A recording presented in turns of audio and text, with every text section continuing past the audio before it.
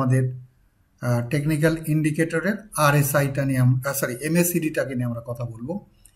MACD হচ্ছে moving average conversion and ডাইভারসেন্স। আচ্ছা, এটা হচ্ছে মুভিং এমএসিডি বলতে আমরা বুঝি, সংক্ষেপে এমএসিডি বলা হয়, এমএসিডি বলতে আমরা এটা বুঝি। ওকে,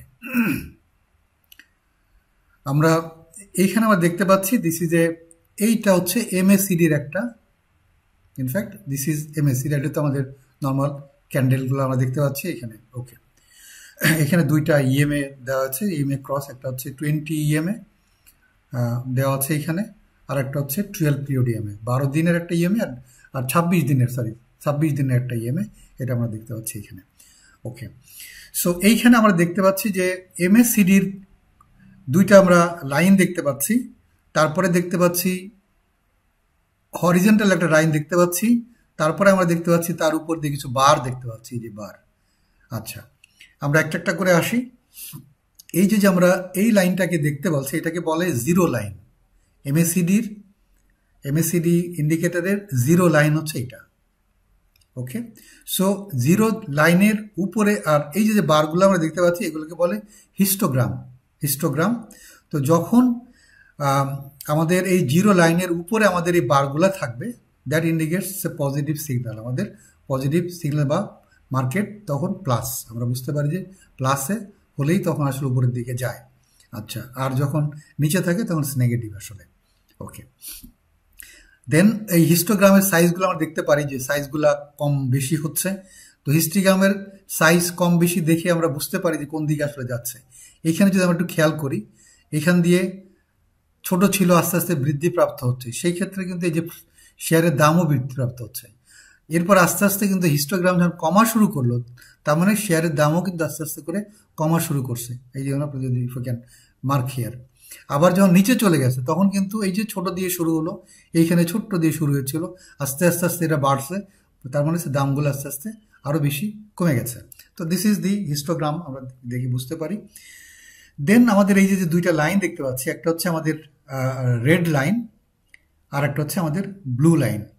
তো ব্লু লাইনটা হচ্ছে আমাদের এমএসিডি সিগন্যাল লাইন, আর একটা হচ্ছে আর আমাদের এই যে রেড লাইনটা হচ্ছে এটা 9 পিরিয়ড যেটা দেখতে পাচ্ছি সেটা হচ্ছে এমএসিডি সিগন্যাল লাইন, আর এটা হচ্ছে আমাদের এমএসিডি লাইন আর কি, যেটা হচ্ছে আমাদের 12 ডে পিরিয়ডের একটা দেখতে পাচ্ছি আমরা। তো এখন এইখানে যে শর্ত যেটা হচ্ছে সেটা হচ্ছে এর যে ক্যালকুলেশন আছে, ক্যালকুলেশন পার্টে আমরা যাবো না, কারণ ক্যালকুলেশন পার্টের প্রয়োজন নাই, কারণ সেই সময় ডিফল্ট সেটিংয়ে এটা দেওয়া থাকে। তো সুতরাং কেউ যদি নিজে কোনো কিছু চেঞ্জ করতে চায় তাহলে সে করতে পারে, বাট দরকার নাই, আমাদের যেভাবে দেওয়া আছে আমরা সেভাবেই আমরা এটাকে ইউজ করব। তো এইখানে হচ্ছে যদি আমাদের এমএসিডি এই যে আমাদের যে ব্লু লাইনটা যেটা আছে, ব্লু লাইনটা হচ্ছে 12 দিনের যে ইএমএ, 12 দিনের ইএমএ থেকে আমরা যদি 26 দিনের ইএমএকে বিয়োগ দিই, তাহলে যে লাইনটা ড্র করা হয় সেই লাইনটা হচ্ছে এই ব্লু লাইনটা। আর এটা হচ্ছে আমাদের 9 পিরিয়ড একটা এমএসিডি ইএমএর 9 পিরিয়ডটা হচ্ছে 9 দিনের, এটা হচ্ছে ইএমএর একটা করে লাইনটাকে আমরা ড্র করেছি। তো যখন আমাদের এই ব্লু লাইনটা বা আমাদের যখন এই কি বলে এই 12 দিন এবং 26 দিনের যে এই যে ডিফারেন্সের যে লাইনটা আছে, এই লাইনটা যখন আমাদের নিচ থেকে উপরের দিকে ক্রস করবে, যখন এটা নিচ থেকে উপরের দিকে ক্রস করে, তখন this is a time for buy. আমাদের এই জিনিসটাকে আমাদের এই জায়গায় আমাদের স্টক বাই করা উচিত।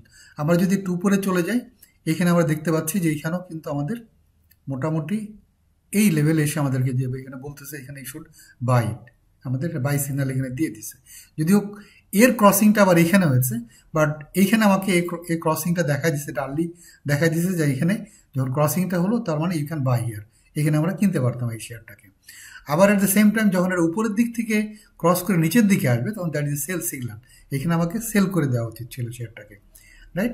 সো এই বিষয়টাকে যদি আমরা একটু খেয়াল করি, আমি কোনো ক্যালকুলেশন আমরা যাচ্ছি না, কোনো কিছু আমার মাথায় নিব না, দরকার নেই কোনো কিছু। আমরা খুব একদম লেম্যানলি, মানে একদম সাধারণ একজনের মানুষ হিসাবে, বা আমরা একদম অল্প বুঝি এরকম একটা মানুষ হিসাবে আমরা এইগুলাকে মনে রাখবো যে আমাদের এই যে আমাদের যে এমএসসিডি যে লাইনটা, যেটা এটাকে এমএসসিডি লাইন বলে, এই যে এই 12 পিরিয়ডের ইএমএটার থেকে আমরা যখন 26 পিরিয়ডের ইএমএটাকে বিয়োগ দিব, বিয়োগ দিলে যে লাইনটা পাবো গ্রিন ব্লু লাইন, বা এটা হয়তো কালার চেঞ্জ থাকতে পারে হয়তো অন্য জায়গায়, বাট এটাকে এমএসিডি লাইন বলি। তো এমএসিডি লাইনটা যখন সিগন্যাল লাইনকে নিচের থেকে উপরের ক্রস করে উপরের দিকে যাবে, that is a buy time. আর যখন উপরের থেকে ক্রস করে নিচের দিকে আসবে, তখন that is a sell signal, আমাদের সেল সিগন্যাল সেটা দিচ্ছে।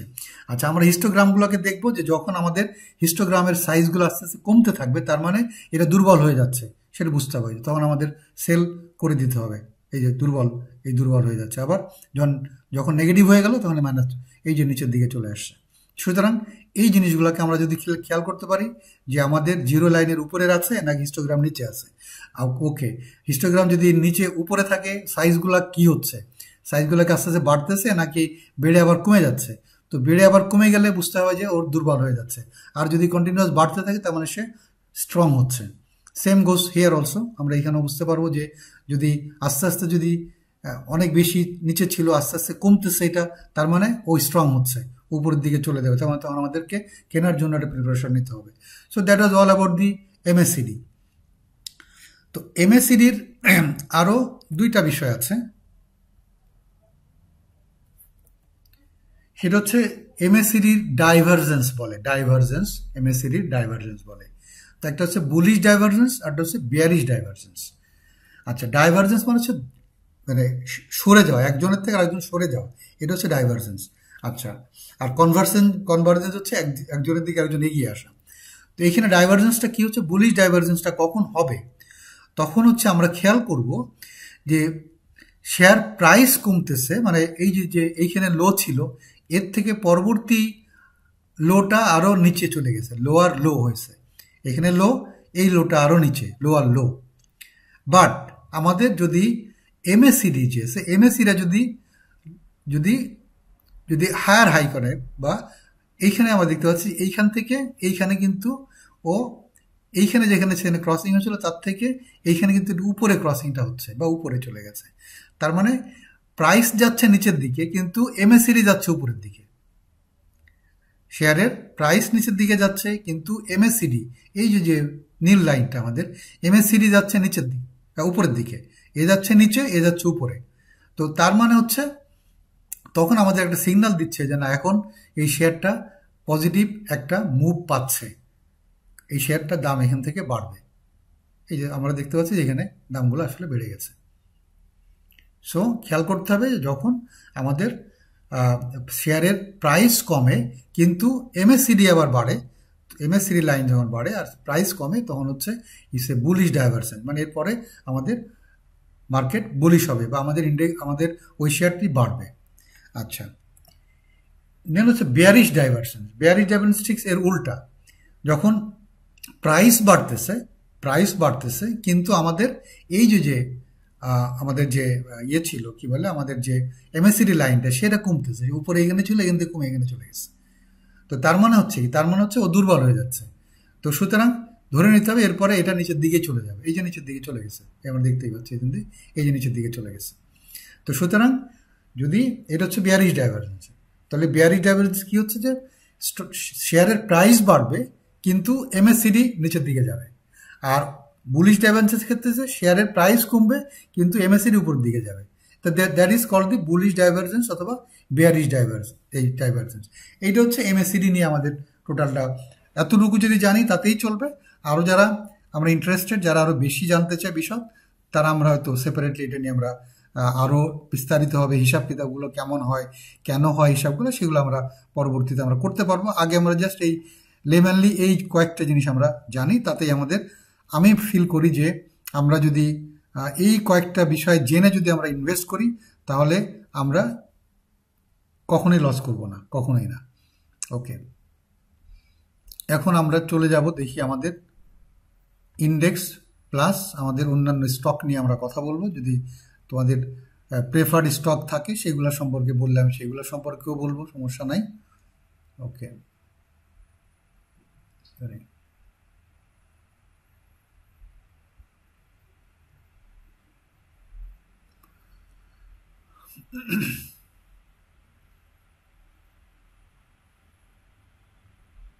আচ্ছা, আমরা কি দেখতে পাচ্ছি? আমরা ক্যান ইউ সি? আমরা দেখতে পারি?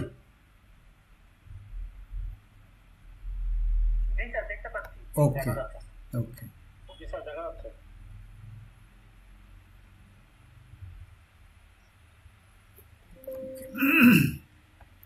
সো আমি যেটা বলেছিলাম, প্রথমে আমরা শিখেছিলাম ইএমএ। ইএমএ শিখেছিলাম, তাহলে আমরা ইএমএটাকে প্রথমে একটু প্লেস করে দিব। ইএমএটাকে প্লেস করি আমরা।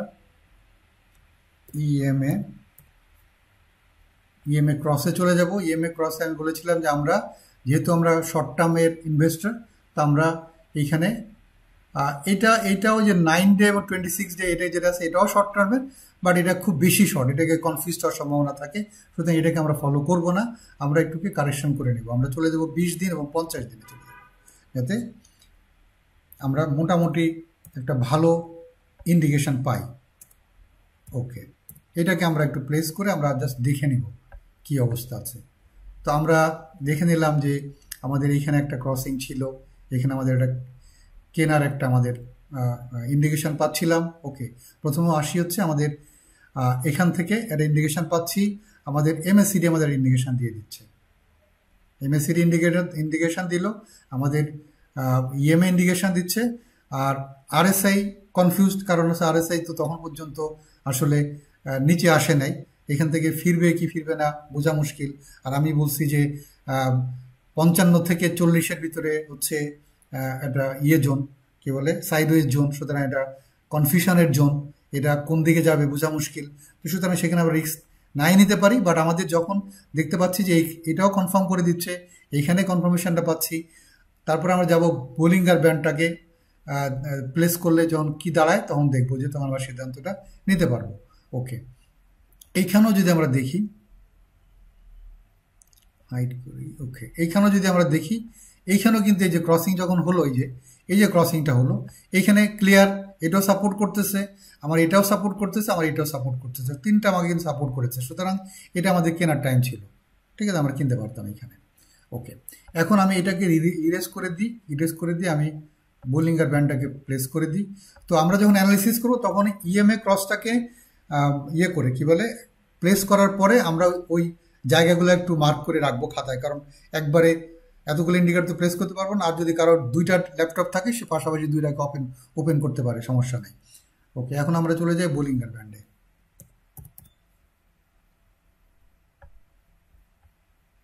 আচ্ছা, এখন দেখি আমাদের বোলিঙ্গার ব্যান্ডকে আমাদের সাপোর্ট করতেছে কিনা। এখানে আমাদের এমএসিডি আমাদেরকে সাপোর্ট করতেছে, আমাদের আরএসআই কনফিউশনে আমরা আছি, আরএসআই সাপোর্ট করতেছে না, বা আমি কনফিউশনের সিদ্ধান্ত নিতে পারবো না। কিন্তু আমার বোলিঙ্গার ব্যান্ডটা আমাকে সাপোর্ট করতেছে, আর আমার ইএমএ ক্রসিং আমাকে সাপোর্ট করেছিল। তার মানে that was a confirm buy, এখানে একটা কনফার্ম বাই ছিল। এখানে আমাদের দেখি সেলের জন্য আমাদের বোলিঙ্গার ব্যান্ড সাপোর্ট করতেছে, আমাদের আরএসআই সাপোর্ট করতেছে, আমাদের এমএসিডি সাপোর্ট করতেছে। তো আমাদের 4টা ইন্ডিকেটর সাপোর্ট করতেছে। তো সুতরাং that was a point to sell, আমাদের এখানে সেল করে দেওয়ার উচিত ছিল। কোনো জায়গায় কোনোটা একটু আগে সিগন্যাল দেয়, কোনোটা একটু পরে সিগন্যাল দেয়, বাট আমরা ওভারঅল একদিন বা 2 দিনের ভিতরে জিনিসটাকে বুঝে ফেলতে পারি যে আসলে কোন দিকে বিষয়টা যাচ্ছে। তো সুতরাং আমরা যদি এই 4টাকে একসাথে মিলাইতে পারি, তাহলে কিন্তু আমাদের ভুল করার সম্ভাবনা নাই। আচ্ছা, আমরা এখানে দেখি, এখানে আমাদের বাই সিগন্যাল দিচ্ছিল, এইখানেও বাই সিগন্যাল দিচ্ছিল, এইখানেও বাই সিগন্যাল দিচ্ছে। আবার আমরা দেখলাম ইএমএ ক্রসও আমাকে বাই সিগন্যাল দিচ্ছে, 4টা ইন্ডিকেটর আমাদেরকে বাই সিগন্যাল দিচ্ছিল। সুতরাং এখানে আমাদেরকে কেনা উচিত ছিল, রাইট? আচ্ছা, এইখানে আমি দেখতে পাচ্ছি এখানে কনফিউশন, আমি এখানে সিদ্ধান্ত নিতে পারতাম না, বাট আমাকে এইখানে কিন্তু এমএসসিডি আমাকে সিগন্যাল দিয়ে দিচ্ছে যে you should buy, you should sell now. এখানে কিন্তু আমি দেখতে পাচ্ছি যে আমাদের মোটামুটি নিচের দিকে যাচ্ছে। তো যেটা আমি বলেছিলাম যে আমরা যদি এরকম হয় যে দেখি যে আমাদের ক্যান্ডেল যদি এই যে মিডিল ব্যান্ডের যদি নিচে চলে আসে, তাহলে we got to very alert, যে কারণ তখন মানে দুর্বল হয়ে গেছে। এইখানে আমরা দেখতে পাচ্ছিলাম যে আমাদের হিস্টোগ্রাম এই যে ছোটো হয়ে যাচ্ছে। তো দ্যাট ওয়াজ ক্লিয়ার ইন্ডিকেশন, এই যে হিস্টোগ্রামগুলো ছোটো হয়ে যাচ্ছে, মানে ইন্ডিকেশন দিচ্ছে যে you should now sell it off, চলে যেতে হবে এখান থেকে বের হয়ে। সো দিস ইজ হাউ, এই যে জিনিসটা কিন্তু খুবই সোজা, কিন্তু আমরা এই জিনিসগুলোকে আসলে ফলো করি না, ফলো না করতে গিয়ে আটকে যাই, তারপরে আমরা লসের শেয়ারগুলোকে বিক্রি করি। অল্প লাভ হোক সমস্যা নাই, আমি তো কন্টিনিউয়াস করতেছি না শর্ট টার্ম, আমি তো শর্ট টার্মের সব ইয়েগুলো বলতে মানে শর্ট টার্ম ইউজ করতেছি। তো সুতরাং আমি একের অধিকবার ব্যবসা করি, সমস্যাটা কি? আমি 5 দিন, 7 দিন, 10 দিন, 15 দিন, 20 দিন, 30 দিন পরে একটা শর্ট নিই, ওই শর্টটা প্রফিটে বিক্রি করি, আবার 30 দিন পর একটা শর্ট নিই। তো কন্টিনিউয়াসলি কিন্তু আমি নিতে পারতেছি। তো আমি একটা নিয়ে বসে থাকার তো কোনো দরকার নেই আমাকে, না ওই যে উল্টা পাল্টা সময় কিনে।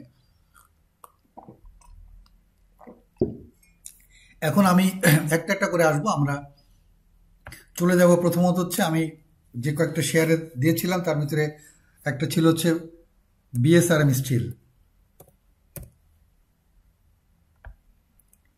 ওকে, বিএসআরএম স্টিলটা আমরা দেখার চেষ্টা করব যে আমাদের কোনটা কোন সিগন্যাল আমাদেরকে দিচ্ছে।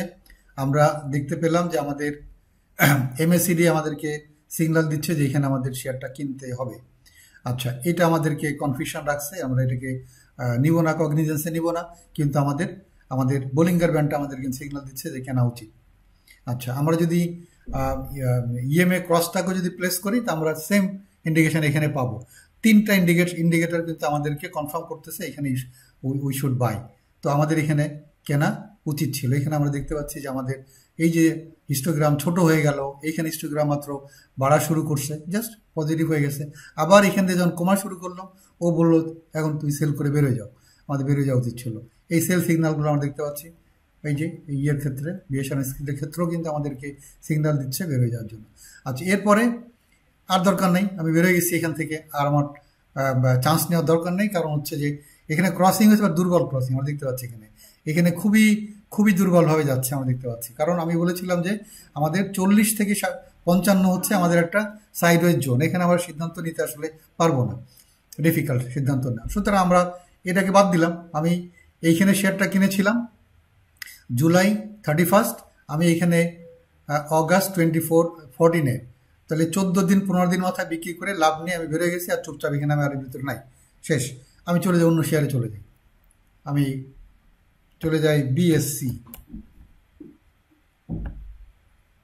ওকে, বিএসসিতে চলে যাই। তো কি ছিল এখানে, আমি তো বেরোয় গেছি 14 তারিখে বেরোয় গেছি, এই যে অক্টোবরে। ঠিক আছে, এখন আসো, এখন আমি ওই টাকাটা বসে আছে আমার কাছে, টাকাটা আমার ফ্রি আছে, আমি খুঁজতেছি আমি কোনটা কিনবো। এখানে দেখলাম যে বিএসসি এখানে আমাকে অক্টোবরে 29 তারিখে আমাকে সিগন্যাল দিচ্ছে তুমি এখন কিনো। ওকে, আচ্ছা, এখানে আমাকে এ সিগন্যাল দিচ্ছে কেন, এ আমাকে সিগন্যাল দিচ্ছে কেন। তো সুতরাং আমি তিনটা সিগন্যাল পেলাম। আমি তো যদি সম্ভবত ইএমএ ক্রসটাও যদি প্লেস করি ও একই সিগন্যাল দিবে, জাস্ট টু শো ইউ, তোমাদের দেখানোর জন্য আমি ওইটাকে প্লেস করি।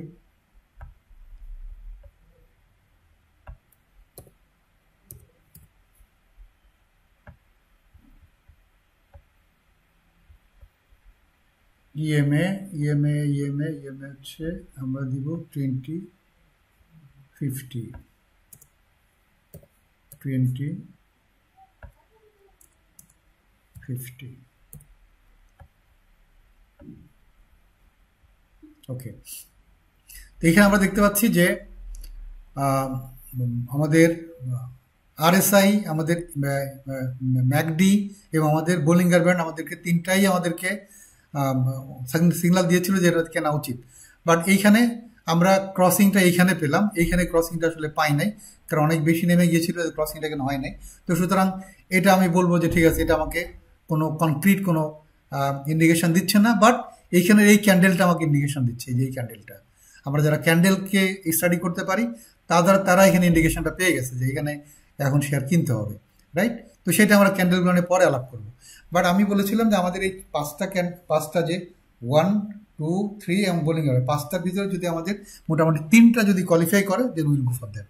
আমরা তিনটা কোয়ালিফাই করলে আমরা কোয়ালিফাই যা যেটা বলতেছে আমরা সেখানে যাব। ওকে,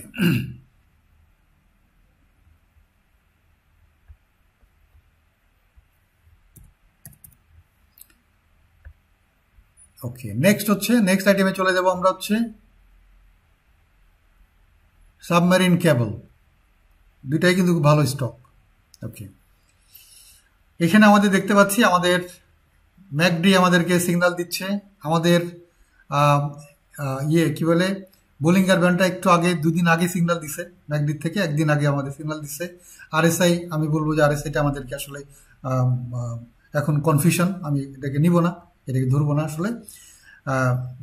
বাট আমাদের তিনটা ইন্ডিকেটর আমাদেরকে সিগন্যাল দিচ্ছে যে শেয়ারটা কেনা উচিত। তো আমাদের we should have bought here, এখানে আমাদের কেনা উচিত ছিল।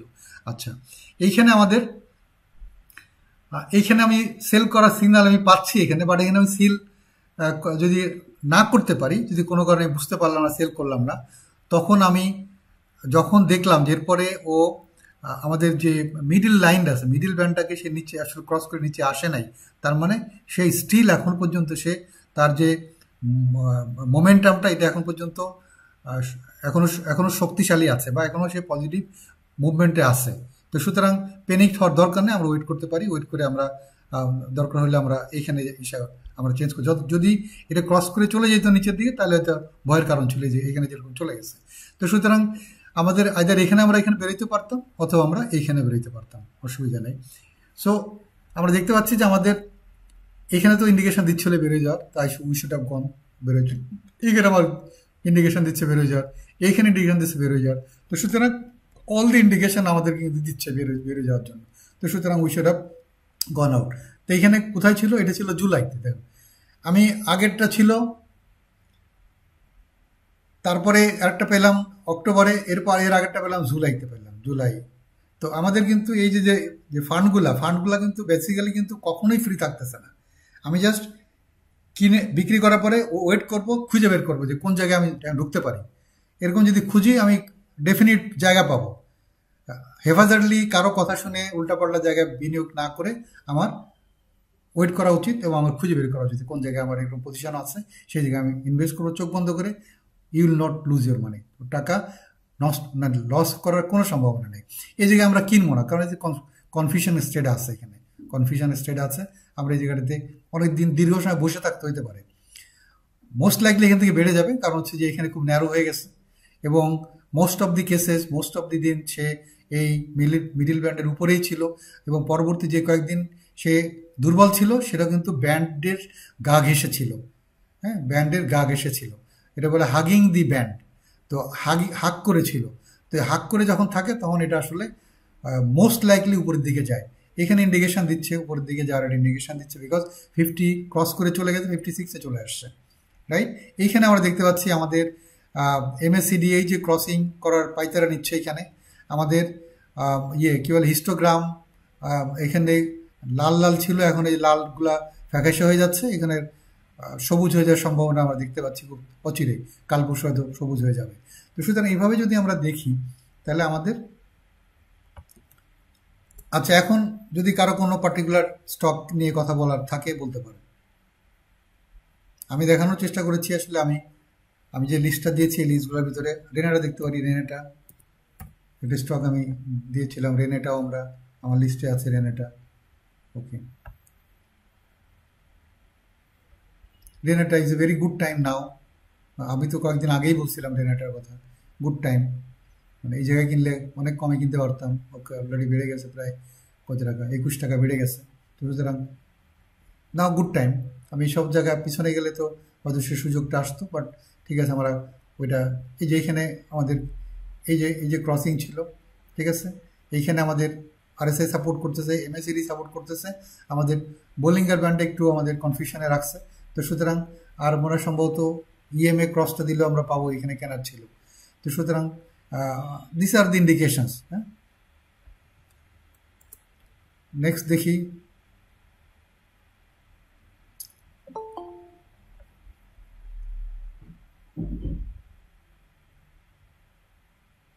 কে আসলো বাবা, এখন কোথায় যেতে হবে?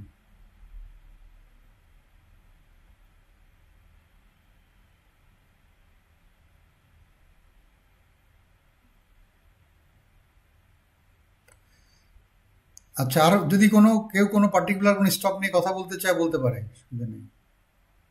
Sir Advent Pharma. Advent Pharma, okay, দেখি। আর কে জয়েন করতে চাচ্ছে, তাকে আমি জয়েন করাবো কিভাবে, কিন্তু বুঝতেছি না তো ঘটনাটা।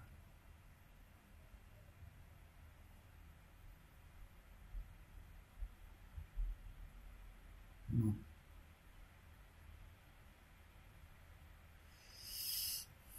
হুম।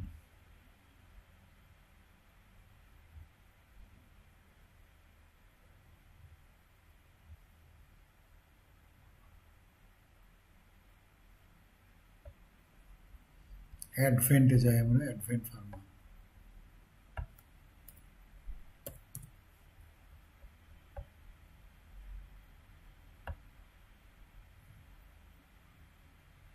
আচ্ছা, অ্যাডভেন্ট ফার্মাটা এখন তো একটা ভালো অবস্থানে আছে। হ্যাঁ, মানে বোলিঙ্গার ব্যান্ডটা স্কুইজ হয়ে গেছে এখানে। আর যেহেতু আসলে পুরা এই যে 40 থেকে 55 যদি বলি আমরা, ও আসলে তো 40-এর নিচেই ছিল অনেক অনেক দিন। আবার 40 থেকে ও 50-এর ভিতরে আছে, মানে ও সাইড ওয়েজে বহুত দিন ধরে চলে আসে। তো এইখানে আসলে এই শেয়ারটা নিয়ে সিদ্ধান্ত নেওয়াটা একটু ডিফিকাল্ট ছিল আগে। এখন যে পজিশনে চলে আসছে, এখান থেকে আশা করা যায় শেয়ারটা উপরের দিকে যাবে, আশা করা যায়। কারণ এখানে আরে বাবা কীভাবে এটা আমি কানেক্ট করাবো, কোথায় চাপতে হবে এটা বুঝতেছি না।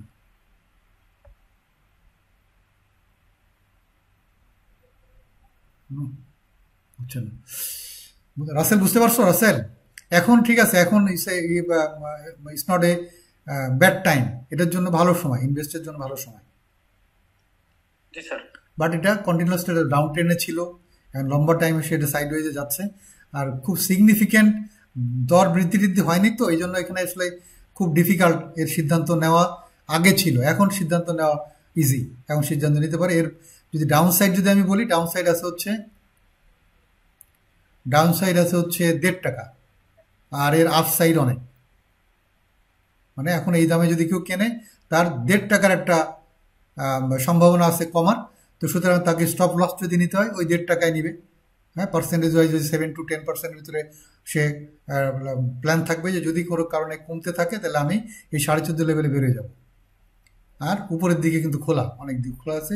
হয়তো এখানে একটা বাধা পাবে সে, যে 20 টাকা লেভেলে গিয়ে একটা বাধা, এখানে একটা বাধা আছে, যে 18 টাকা 20 পয়সার দিকে বাধা আছে একটা তার, তারপরে 20 টাকার উপরে একটা বাধা আছে। নেক্সট কোনো ওকে অন্য স্যার। অন্য কোনো আইটেম?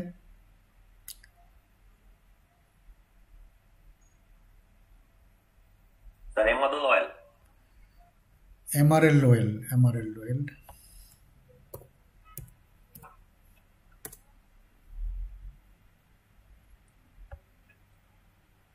আচ্ছা, এমআরএল ওয়েল, এমআরএল ওয়েল। আচ্ছা,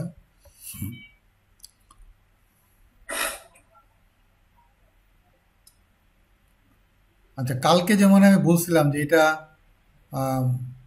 বোলিঙ্গার ব্যান্ডের অর্ধেকটা বেরোয় চলে গেছে, আগামী দিন এটার হয়তো মেবি একটু ইয়ে হইতে পারে ভিতরে আসার জন্য।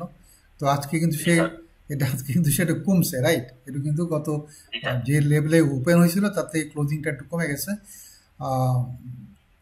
মেবি মেবি এ কিন্তু মেবি কালকে একটু কমতে পারে, কিন্তু লাইকলি লাইকলি এটা কমতে পারে। হ্যাঁ, এই ভিতরে আসার জন্য। বাট তার এদিকের যে চিত্রটা, এই চিত্রটা ইজ এ পজিটিভ চিত্র। যেহেতু স্কুইজ হয়েছে, অনেক স্কুইজ, এই স্কুইজের পরে নর্মালি এটা বেড়ে যায় আসলে। তো সেইটা আমরা আশা করতে পারি কালকে, মেবি লাইকলি যে কালকে একটু সে আহ, ভিতর প্রথম কমে বাড়তে পারে, এই কমে এটা ভিতরে নিয়ে এসে দেন হয়তো দিন শেষে বাড়াইতে পারে।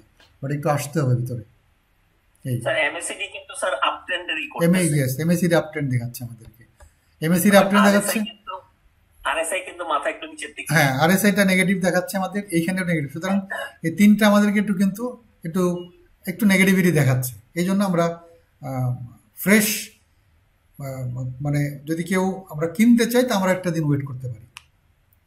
ঠিক আছে, যদি কেউ কিনতে চায় ওয়েট করা উচিত, কনফার্ম হয়ে নিয়ে। এই যে কারণ এই যে আমাদের বললাম না, আমাদের 5টার ভিতরে যদি 3টা আমাদেরকে পজিটিভ সিগন্যাল দেয়, তাহলে আমরা সেখানে যাব। এখানে দেখি ইএমএ ক্রস আমাদেরকে কি বলতেছে, সেটা একটু দেখি। ইএমএ ক্রসটা,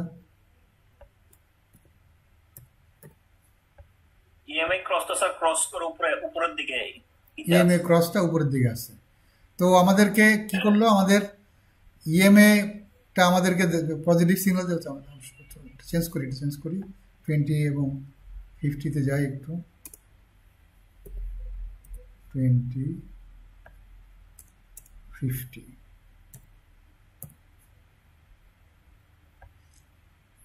আচ্ছা, এই যে 2050 চরিত্রটা সেইটা এখনো কিন্তু আমাদের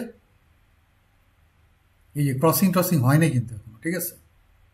ওই যে আমাদের শর্ট টার্মে দেখতেছিলাম ওই যে 9 দিন আর আচ্ছা আচ্ছা হ্যাঁ, এটার জন্য জি জি কিন্তু এটা ছিল। আমরা যেহেতু একটু ওইগুলা হচ্ছে, ওইটা হলো যারা ডে ট্রেড করে তাদের জন্য হচ্ছে ওই ওই ওই ডিউরেশনটা। বাট আমরা যারা একটু short term, but short term মানে হচ্ছে যে week or couple of days হইতে পারে, একটা সপ্তাহ হইতে পারে, অথবা 2-3 সপ্তাহ হইতে পারে। তো সেই ক্ষেত্রে এটা আমাদের, তো এইখানে কিন্তু একটু আমাদেরকে হিস্টোগ্রাম, ওকে পজিটিভ, হিস্টোগ্রাম পজিটিভ, ঠিক আছে, আমাদের জিরো লাইনের উপরে আছে পজিটিভ এখানে, বাট এটা নেগেটিভ, ঠিক আছে। এইটাও এখন পর্যন্ত কনফার্মেশন আসলে করে নাই এই। আচ্ছা জি স্যার। আচ্ছা, এনি আদার আইটেম, অন্য আইটেম বলো। স্যার লাভ হলো স্যার। লাভ এলো, আচ্ছা।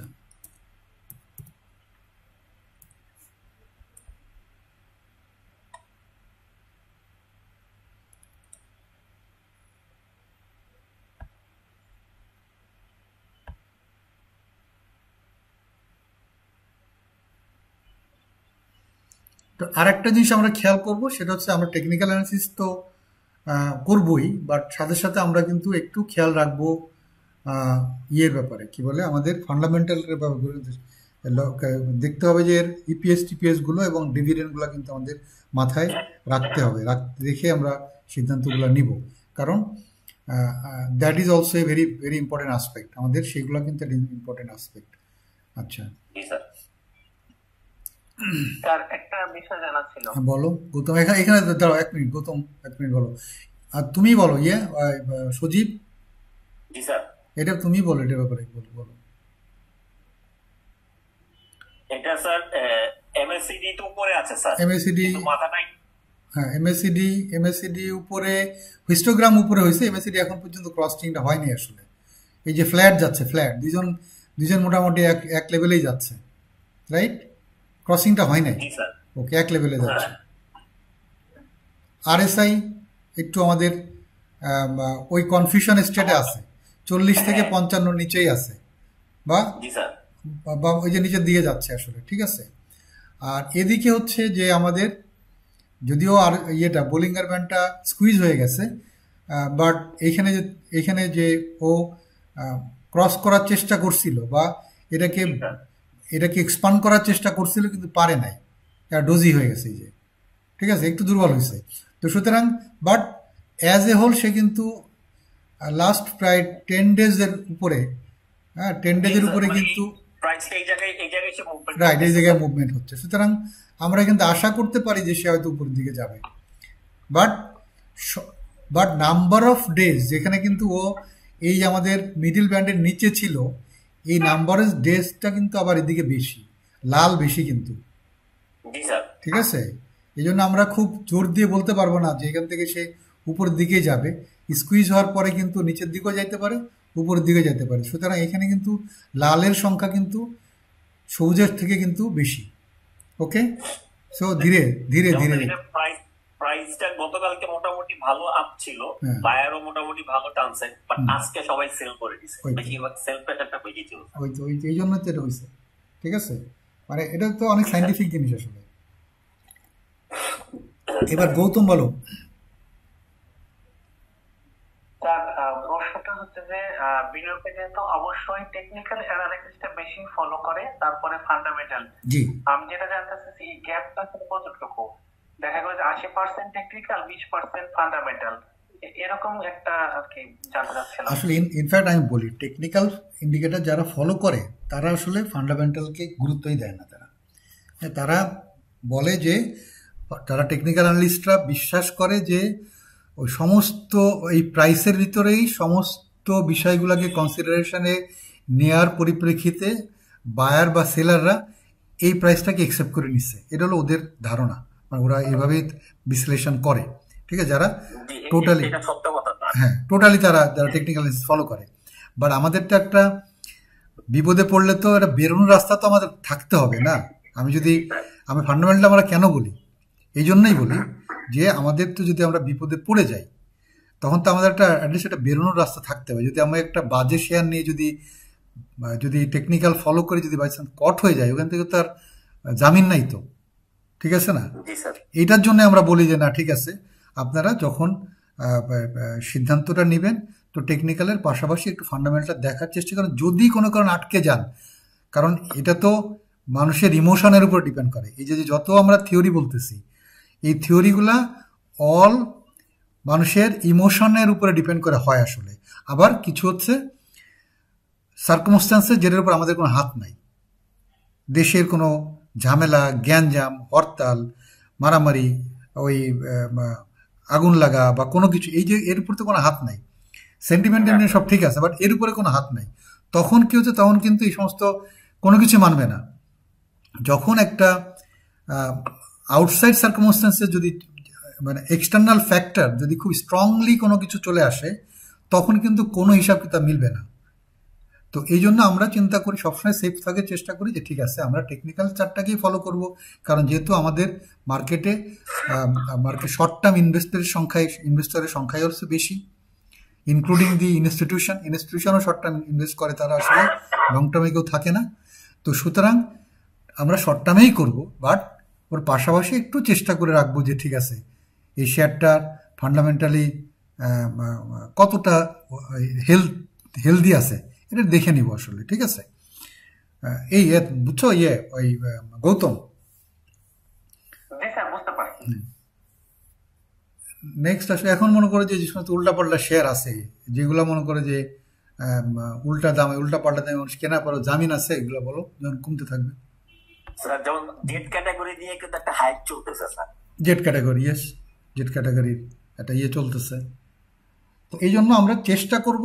হ্যাঁ, তারপরে যদি সুযোগ আসে, যদি আমরা দেখলাম যে একটা বাজে শেয়ার, বাট সবগুলো ইন্ডিকেটার আমাকে সাপোর্ট করতেছে এবং সে অনেক কমে গেছে, বাড়ছিল অনেক। এই যে 20,000 দেখি তো একটা বাজে একটা শেয়ার কি অবস্থা আছে দেখি।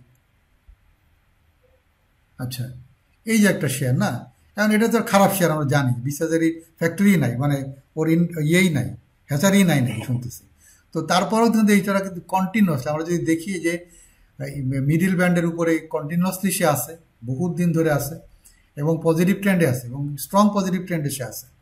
আচ্ছা, এখন আমরা যদি চিন্তা করি যে না ঠিক আছে আমি তো ফান্ডামেন্টাল নিয়ে বিশ্বাস করি, টেকনিক্যাল নিয়ে একদমই যাব না, বাট এরকম এরকম একটা সুযোগ পাইছি, এখানে অনেক কমে গেছে দামটা, তো সেই সমস্ত জায়গায় আমরা একটা চান্স তো অবশ্যই নিতে পারি। এটা তো একটু রিস্ক টেকিং তো করতেই হবে, বাট আমরা যদি রিস্ক টেকিংটা যেরকম না হয় যে মানে পড়লে আর হাত পা ভাঙা ছাড়া উপায় থাকবে না, সেরকম যাতে পজিশন আমাদের না যায়। আমরা এখানে দেখতেছি যে এই শেয়ারটা এইখানে উপরে অনেক দূর উঠছিল, পরে নেমে এইখানে চলে আসছে। এইখানে দেখলাম যে অনেকগুলো জিনিস প্যারামিটার সাপোর্ট করছে, এইখানে আমাদের অনেকগুলো প্যারামিটার সাপোর্ট করতেছে, তাহলে আমরা একটা চান্স নিতেই পারি খারাপ শেয়ার হইলেও। বাট এখন আবার চান্স নেওয়া ঠিক না, যদিও এর বোলিঙ্গার ব্যান্ডের সাইজটা অনেক বড় হয়ে গেছে, এ বোঝাচ্ছে যে মানে আরও উপর দিকে যাবে, বাট আবার এই যে আরএসআইও তাই দেখাচ্ছে আরও উপর দিকে যাওয়ার একটা সম্ভাবনা দেখাচ্ছে, বাট ভেরি রিস্কি নাও, ঠিক না, হতে পারে যে বাড়তে পারে। হ্যাঁ, কোনটা একটা মতামত স্যার, কিছু মতামত বলতে পারি, বলো। একজন বিনিয়োগকারী যখন একটা শেয়ার যখন শুনবো যে তুমি ফেকডিল কিনো, তখন সে চিন্তা করে যে এটা ইপিএস কেমন বা কোন ক্লোজিং, তারপরে কিন্তু সে টেকনিক্যাল অ্যানালাইসিস এর দিকে যায়। মানে আমি যেটা ব্যক্তিগতভাবে মনে করি যে আগে ফান্ডামেন্টালের বেসিক বিষয়টা জানার পরে সে টেকনিক্যালি যায় শুরু করে। কথাটা কি ঠিক বললাম? ঠিক আছে, ঠিক বলছো তুমি। যারা একটু সচেতন বিনিয়োগকারী, সে কি করবে, সে যখন এর নাম শুনবে তখন সে এটা জানার চেষ্টা করবে এই কোম্পানিটার কি ইপিএসটা কি কেমন বা এইটা ডিভিডেন্ডটা কেমন দেয়, সে একটু অন্তত সেটা খোঁজ নিবে যে ও কি আসলে ইপিএস কি নেগেটিভ না ইপিএস পজিটিভ, নাকি ইপিএস এর একটু গ্রোথ আছে নাকি নাই, আর এটা কি ডিভিডেন্ড দেয় কিনা। এই কয়টা জিনিস তো সে মানে চিন্তা করবে, এটা করা উচিত আর কি। এরপরে সে টেকনিক্যালি চলে যাবে, সেই জায়গায় জানা মোটামুটি জায়গায় একটু স্যাটিসফাইড, ওকে টেকনিক্যালি চলে গেলাম। আর যদি মনে করেন না ঠিক আছে আমি কোনো কিছুই মানি না, আমি খালি টেকনিক্যালি করো অসুবিধা নেই, সেই ক্ষেত্রে তাহলে তোমাকে খুব you got to be very careful যে আমি কোন স্টকটাকে কোন প্রাইসে নিচ্ছি এবং কয়টা ক্রাইটেরিয়া আমার মিট করতেছে। আমার টেকনিক্যাল প্যারামিটার, এই যে 5টা প্যারামিটার আমরা শিখলাম, এই 5টা প্যারামিটার হচ্ছে মোস্টলি ইউজড প্যারামিটার এবং মোস্ট রিলায়েবল প্যারামিটার। এই 5টা প্যারামিটার, এই 5টা প্যারামিটারের মধ্যে 3টা প্যারামিটার যদি আমাকে সাজেস্ট করে, তাহলে আই ক্যান জাস্ট চোখ বন্ধ করে যাইতে পারি, সমস্যা নেই। বুঝতে পেরেছি? জি স্যার। ওকে, আর অন্য কোনো শেয়ার? আচ্ছা, কে যেন বারবার ঢোকার চেষ্টা করতেছে, কিন্তু আমি তো অ্যাড করতে পারতেছি না যে কোথায় অ্যাড করে কিভাবে, সুতরাং লাভ নেই, এখন ডিলিট করতে কিছু করার নেই তার জন্য। আচ্ছা, আছে অন্য কোনো আইটেম বলো, জানতে চাও তোমরা?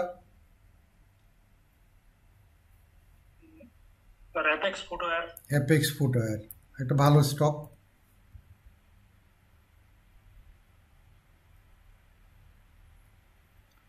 অ্যাপেক্স ফুটওয়্যার, আচ্ছা, অ্যাপেক্স ফুটওয়্যারের এখন হচ্ছে তার লম্বা টাইমের কনসলিডেশন স্টেজে সে আছে, লম্বা টাইমে, বাট এটা এখন পর্যন্ত কেনার সময় না, এখনো কেনার সময় না।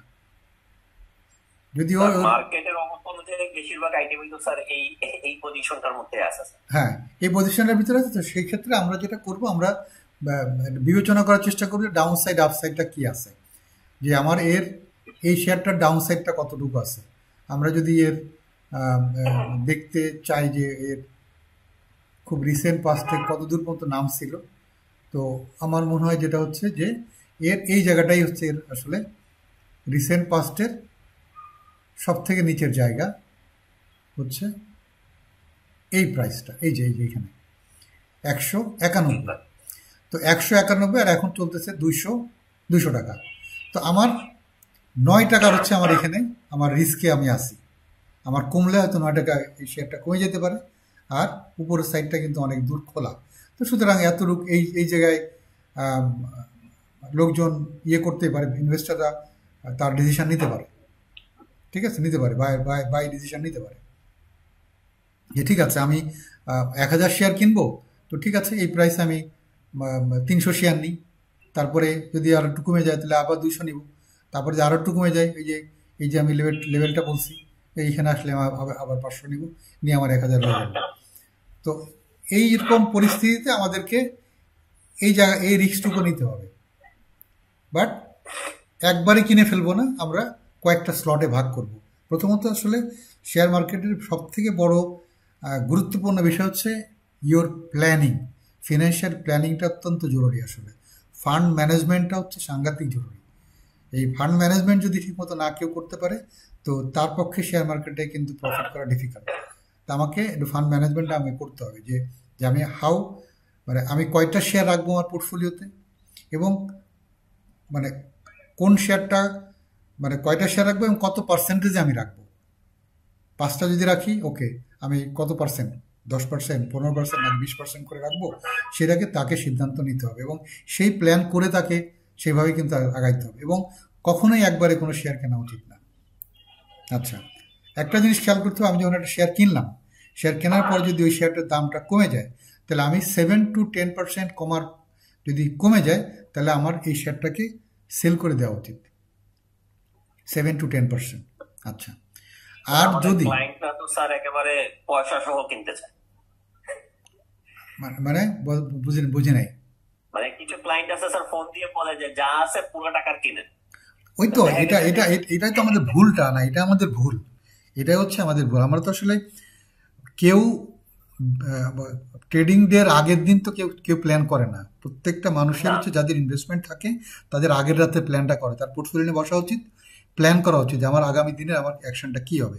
আমরা তো সবাই 10:30, 11টা, 12টার দিকে সিদ্ধান্তটা নিই, ফোন টোন করে লোকজনকে জিজ্ঞেস করার পরে সিদ্ধান্তটা নিয়ে নিই, তখন আর ওই চিন্তাভাবনা করার সময় তো নাই।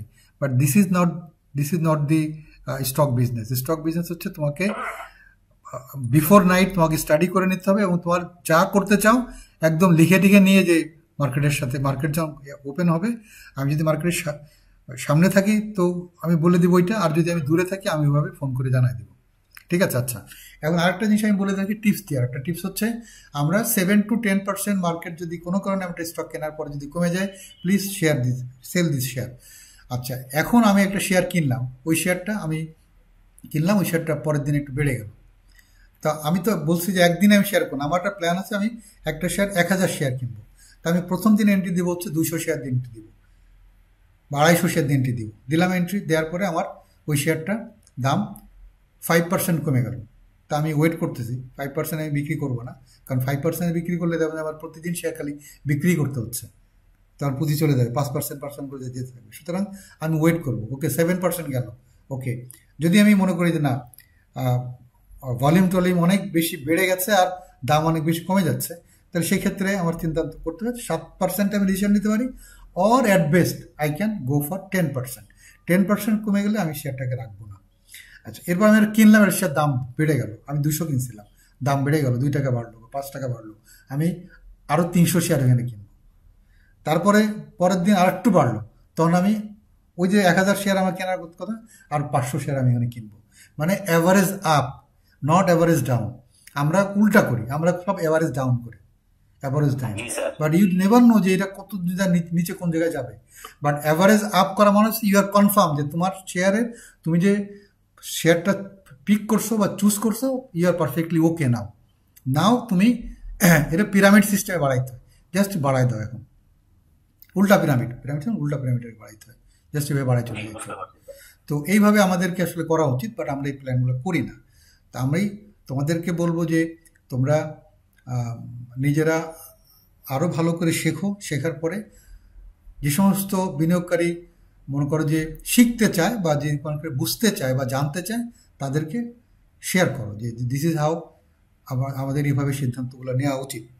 ঠিক আছে? আর আর যারা মনে করে যে নিজেরাই মনে করে যে তারা অনেক বুঝে, তাদের কিছু করার নেই, তারা তাদের মতো করেই করুক, অসুবিধা নেই। বাট আমরা চেষ্টা করব যে আমাদের এন্ড থেকে এই বিষয়গুলোকে জানানোর জন্য যত বেশি অ্যাওয়্যার করা যাবে, তত বেশি যে বাজে শেয়ারের দৌরাত্মগুলো কমতে থাকবে আসলে।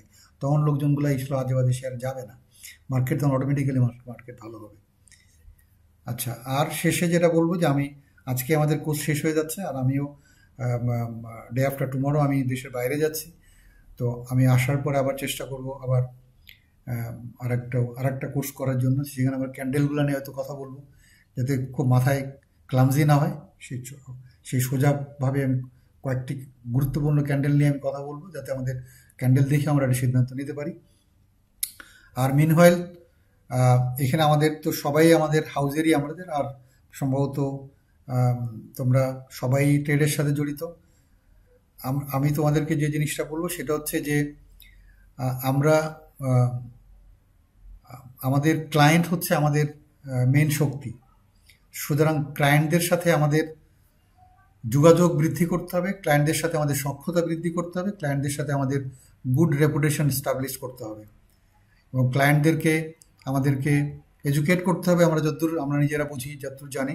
বাট তাদের সাথে আমাদের কন্টিনিউয়াস একটা এঙ্গেজমেন্টটাকে বাড়াইতে হবে। যারা আমাদের এক্সিস্টিং ক্লায়েন্ট রয়েছে, ডেফিনেটলি তাদের সাথে আমাদের সক্ষতা এবং তাদের এঙ্গেজমেন্টটা বাড়াইতে হবে। আর নতুন ক্লায়েন্টদেরকে আমাদের সাথে পার্সু করতে হবে, সো দ্যাট মার্কেটে যেহেতু একটা ভালো সময় আমরা আশা করতেছি সামনে, তো নতুন ক্লায়েন্টদেরকে এখন আনার চেষ্টা করতে হবে। এটা আমি আবার বলে দিচ্ছি, যেহেতু সিন্স মানে আমাদের এখন খুব অ্যাগ্রেসিভলি আমাদের একটু সবাইকে তৎপর হইতে হবে, যাতে আমাদের ট্রেড ভলিউমটাকে আমাদের বৃদ্ধিপ্রাপ্ত আমরা করতে পারি সার্ভিসের মাধ্যমে। যেহেতু আমাদের সার্ভিস ওরিয়েন্টেড আমাদের একটা প্রতিষ্ঠান, যে প্রতিষ্ঠানের কাজ হচ্ছে স্যাটিসফাই দি কাস্টমার। তা আমরা কাস্টমারদেরকে শুধু স্যাটিসফাই করবো না, আমরা কাস্টমারদেরকে অ্যামেজ করতে চাই থ্রু আওয়ার সার্ভিস। আমাদের সার্ভিসের মাধ্যমে তাদেরকে অ্যামেজ করতে চাই, আমাদের সার্ভিসের মাধ্যমে তাদেরকে আমরা একটা মেসেজ দিতে চাই যে এখানে আমরা we take due care of the customers বা ক্লায়েন্টস, এবং আমরা আমাদের তরফ থেকে কাস্টমারদেরকে যত রকমের সাপোর্ট দেওয়া যায় বা সেইগুলাই আমরা দিব। আমাদের সেই 2006-07-08-এর দিকে আমাদের যে শার্প সিকিউরিটির যে ঐতিহ্যটা ছিল, আমরা চেষ্টা করব এবং আশা করব যাতে আমাদের সেই ঐতিহ্যটা আমরা ফিরাই নিয়ে আসতে পারি। কারণ বাই দিস টাইম হয়তো আমাদের সবার এন্ড থেকে কিছু গাফিলতির কারণে আমাদের সেই জায়গাটা কি বলা যায়, আমাদের সেই কনফিডেন্সের জায়গাটা, মানুষের যে কনফিডেন্স বলি বা শার্প সিরিজ সম্পর্কে যে ধারণাগুলো ছিল সেটা কিছুটা হলো ডেন্ট হয়েছে। এই ডেন্টগুলোকে আমাদের কিন্তু রিকভার করতে হবে। বুঝতে পেরেছি আমরা?